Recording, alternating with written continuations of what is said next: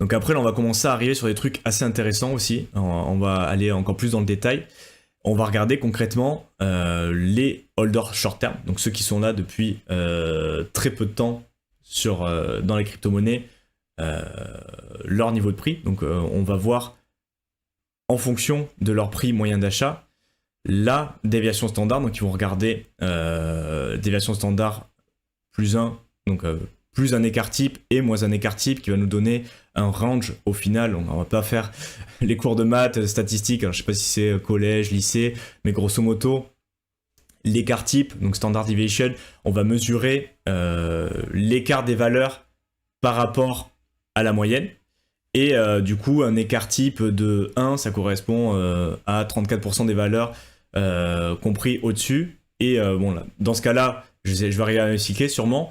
Donc plus ou moins un écart type, ça correspond, en gros, il y a 68% des valeurs qui sont compris autour de cette ligne, donc dans cet intervalle, entre le coût de bas, donc short time holder cost basis, donc le coût moyen d'achat pour les holders court terme, il est voilà, à 66K au moment où avait été fait ce graphique. Si on rajoute 34% des données à la hausse, on atteint 91K. Et si on enlève un écart type, on va être à 50K, donc support et un petit peu le plafond. Et donc là, on nous dit qu'il y a des pertes, des profits non réalisés, potentiellement très importants pour ces personnes, aux alentours de 92K, parce qu'ils ont acheté en moyenne à 64K, donc à 92K, on serait sur des profits très importants pour eux, donc les holders court terme. Et donc à 64K, le break-even. Et autour de 50K, et on va voir que cette valeur de 50K elle est quand même assez récurrente et assez importante.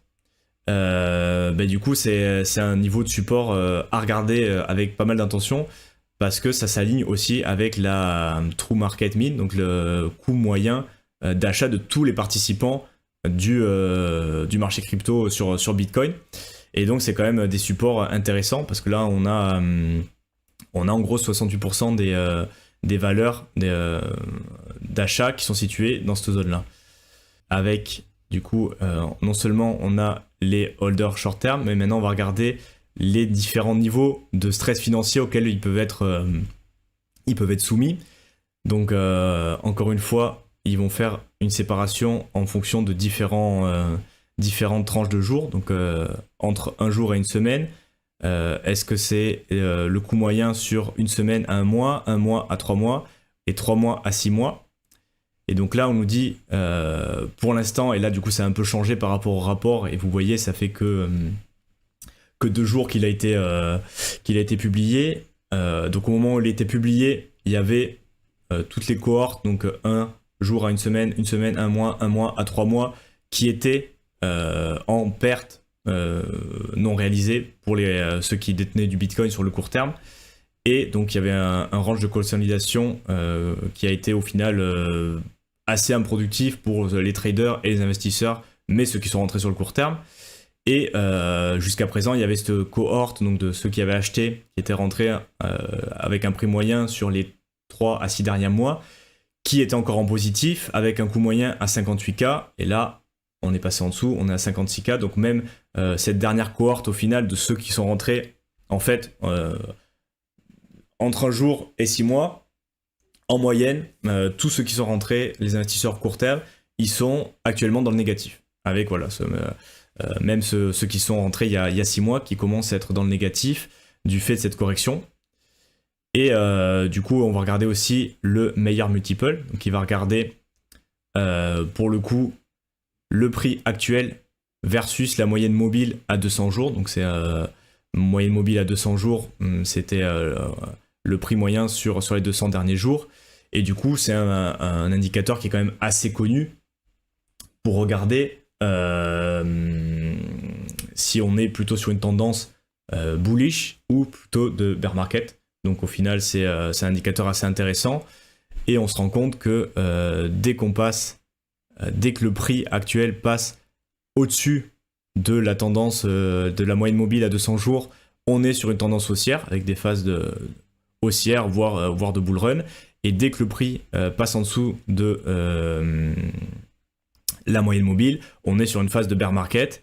Et là, on se rend compte que avec la moyenne mobile à 58K, ben là, du coup, on a dû passer en dessous. Donc, on rentre dans une période un peu bearish, même si ça peut être un bear local. Hein, c'est pas forcément la fin du bull run et le bear market en soi, mais on alterne parfois entre des phases, comme on l'a vu. Hein, là, il y avait la période fin de bear market avec le bottom du cycle.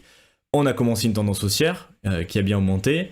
Après, il y a une période fin d'année 2023 où pour le coup on était plutôt sur une période petite correction, plutôt bearish, et après on est reparti sur une tendance haussière avec la TH qui était breakée, et là on repart sur une correction qui a l'air quand même assez importante, et donc on serait plutôt sur un autre momentum un peu bearish du cycle. Ensuite, on va regarder, et ça c'est pas mal aussi comme indicateur, donc là c'est les coins, alors je vais chercher parce que j'avais noté ça à côté, donc URPD, oui c'est bon, on va y arriver. Donc en fait ça représente la distribution des bitcoins non dépensés selon leur prix réalisé, donc le prix auquel chaque coin a été acheté pour la dernière fois, et le montant qui a été acheté à ce prix-là.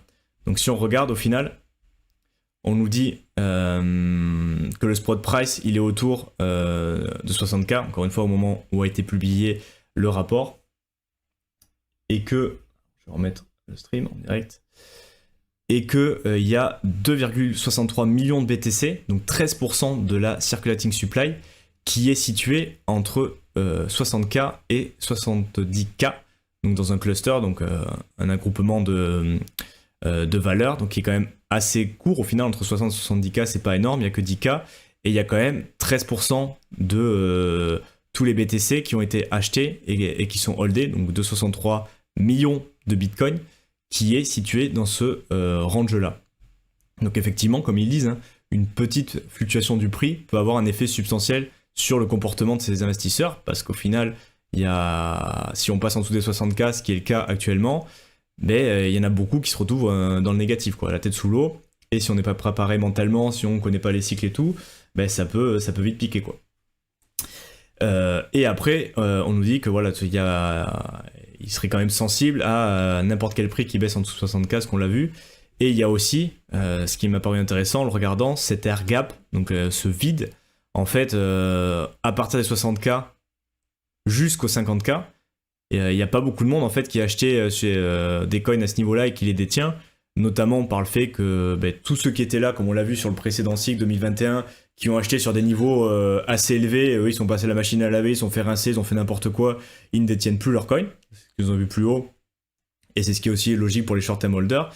Et du coup, c'est vrai qu'on est passé assez rapidement du range, allez, on était 20, 30K, c'est passé, justement, comme on a vu, la hausse a été assez fulgurante, donc au final, le range des 50K par là, on n'y est pas resté tant que ça. Donc au final, les gens, il y a eu une première montée, petite correction, et après, quand on est reparti, c'est monté assez vite jusqu'à la TH, donc très très vite, peut-être un peu trop vite d'ailleurs, c'est pour ça qu'on a une correction qui tarde un peu, mais il y a, en fait, d'acheter à 50K, pour les personnes, il n'y avait pas tellement d'opportunités, parce que c'est monté assez vite à 60, 70K, donc on se retrouve quand même avec un trou ici de personnes qui ont acheté les bitcoins autour de 50K et qui continuent de le détenir actuellement. Donc on a au contraire pas mal de personnes qui ont acheté du bitcoin entre 60 et 70K. Donc il y a 13% de la supply de bitcoin disponible qui a été acheté sur ces ranges de prix là. Principalement, on l'a vu, détenus par des holders court terme, hein, ceux qui sont rentrés dernièrement. Et après, on a aussi une grosse cohorte ici de holders long terme pour le coup, avec des gens qui ont acheté du bitcoin. Alors ça c'est les OG, hein, les tout premiers à 736$, des personnes, des grosses mèches qui ont acheté autour de 25 000, autour de 31 000, donc là on a pas mal de holders long terme, mais ce qu'ils disent ici aussi pour faire bouger le prix, et notamment par rapport au niveau de prix qu'on voit actuellement, on a ce range où il y a pas mal de personnes qui ont acheté, qui commencent à être sous l'eau, parce que les 64 très clairement on est passé en dessous. Et c'est vrai qu'au final, après, pour soutenir le prix ou des investisseurs qui pourraient être intéressés par les prix dans ces niveaux-là, il n'y en a plus tellement. Et on commence à les retrouver à partir de 50K. Donc on a vraiment ce 50K qui, au fur et à mesure des des graphiques qu'on voit, des valeurs qu'on voit. Donc c'est la true mid market, c'est la valeur moyenne auquel les investisseurs ont acheté leur crypto. C'est aussi le prochain palier, en fait, une fois qu'on a baissé les 60K, où il y a vraiment des investisseurs qui ont acheté à ce prix-là, donc où il y aurait potentiellement des choses qui peuvent se passer à la baisse comme à la hausse. Donc on a quand même ce 50K qui est assez important, et moi je le vois bien en fait comme un support pour cette correction, en fait, si on continue à avoir cette correction de mi-cycle qui peut aller potentiellement jusqu'à 50K. Si on passe en dessous, ça peut faire mal, mais on va voir pour la suite que c'est pas forcément le seul scénario et qu'on va peut-être sortir de la correction avec une volatilité à la hausse pour le coup.